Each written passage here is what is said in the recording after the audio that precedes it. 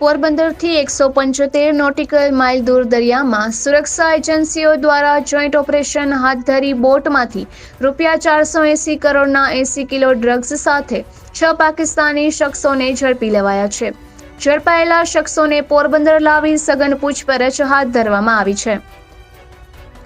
ગુજરાત એટીએસને બાતમી મળી હતી કે પાકિસ્તાની ડ્રગ્સ માફિયા હાજી મુસ્તફા દ્વારા ગ્વાદર બંદરેથી એક પાકિસ્તાની ફિશિંગ બોટમાં કેટલાક ગેરકાયદેસર માદક પદાર્થ હેરોઇન અગર તો મેથામ્ફેટામાઇનનો જથ્થો ભરી તારીખ 12ની રાત્રિના 8 થી સવારના 5 કલાક દરમિયાન પોરબંદર નજીક ભારતીય જળસીમામાં આવી તેની બોટના રેડિયોની ચેનલ નંબર ઉપર પોતાની કોલ સાઇન 14 ગનીના નામથી ભારતીય બોટને કોલ સાઇન અબ્બાસના નામે બોલાવી તેને ડિલિવરી કરનાર છે અને આ માલ દિલ્હી તથા પંજાબ ખાતે ડિલિવરી થનાર છે। જે બાતમી અંગે તેઓને દિલ્હી સ્થિત એટીએસના ઉચ્ચ અધિકારીઓને જાણ કરી હતી।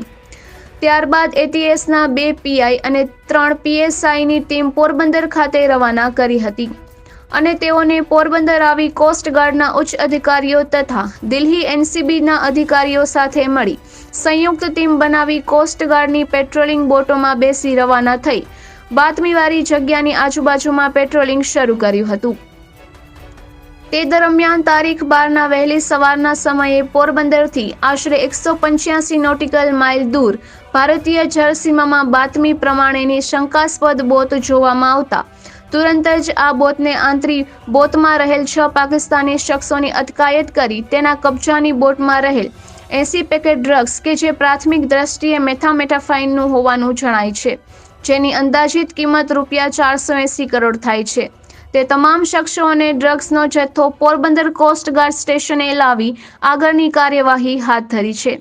આ માદક પદાર્થનો જથ્થો પાકિસ્તાનના ગ્વાદર બંદરેથી હાજી મુસ્તફાએ મોકલ્યો હતો અને દિલ્હી તથા પંજાબમાં ડિલિવરી થનાર હોવાનું એટીએસ દ્વારા જાહેર કરાયું છે।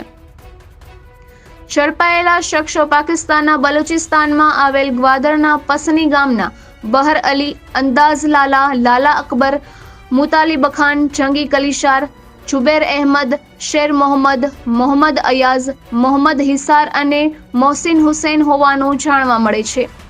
ગુજરાતના દરિયાકાંઠેથી ભારતમાં માદક પદાર્થોની દાણચોરી કરવાનો પાકિસ્તાન તથા ઈરાનના ડ્રગ્સ કાર્ટેલ સતત પ્રયાસ કરી રહ્યા છે। પાકિસ્તાની અને ઈરાની હેરોઇન દાણચોરોની સૌથી સામાન્ય મોડસ ઓપરેન્ડી અનુમાનિત ઇન્ડો-પાક ઇન્ટરનેશનલ મેરીટાઇમ બાઉન્ડ્રી લાઇન પર હેરોઇનને ભારતીય મળતિયાઓની સુધી પહોંચાડવાની છે અને તે માટે આ મળતિયાઓ દ્વારા હેરોઇન કિરાને લાવવાનું હોય છે અને આગળ અંતિમ નક્કી કરેલ સ્થાન પર લઈ જવાનું હોય છે। જોકે સુરક્ષા એજન્સીઓ આવા તમામ પ્રયાસોને વ્યર્થ કરવામાં સફળ રહી છે અને આ કાર્ટેલો દ્વારા મોકલવામાં આવેલ કન્સાઇનમેન્ટ જપ્ત કરી આરોપીઓની ધરપકડ કરવામાં આવેલ છે। સર્ચ ઓપરેશનમાં કોસ્ટગાર્ડના જહાજો ઉપરાંત ડોનિયર એરક્રાફ્ટ દ્વારા સંયુક્ત સર્ચ ઓપરેશન હાથ ધરવામાં આવ્યું હતું। 11મી માર્ચ સોમવારે સવારથી જ અરબી સમુદ્રમાં વ્યૂહાત્મક રીતે કોસ્ટગાર્ડના જહાજો ગોઠવાઈ ગયા હતા અને તેના ડોનિયર એરક્રાફ્ટ આકાશમાં ચારે તરફ ફરીને ડ્રગ્સ લઈ આવતી બોટને સ્કેન કરવા અને શોધ કરવાની કામગીરી હાથ ધરી હતી। પોરબંદરથી 350 કિલોમીટર દૂર વ્યાપક શોધખોળ કર્યા પછી રાત્રિના સમયે અંધારામાં શંકાસ્પદ રીતે આગળ વધી રહેલી બોટની ઓળખ કરી હતી અને અંતે એ બોટને પકડી સફળતાપૂર્વક ઓપરેશન પાર પાડ્યું હતું। પાકિસ્તાની શંકાસ્પદ બોટને રાત્રે ડિટેક્ટ કર્યા બાદ કોસ્ટગાર્ડના જહાજોએ તેને પડકારી ત્યારે આ પાકિસ્તાની ડ્રગ પેડલરોએ અંધારામાં બોટને વધુ સ્પીડે છળકપટથી નાશવાની પેરવી કરી હતી, પરંતુ કોસ્ટગાર્ડના જહાજોએ પીછો કરી તેના ભાગવાના પ્રયાસોને નિષ્ફળ બનાવ્યા હતા। જોકે ડ્રગ્સ મામલે એટીએસ દ્વારા જાહેર કરાયેલી પ્રેસ નોટમાં ₹420 કરોડની કિંમતનું 60 કિલો ડ્રગ્સ ઝડપાયું હોવાનું જણાવાયું છે।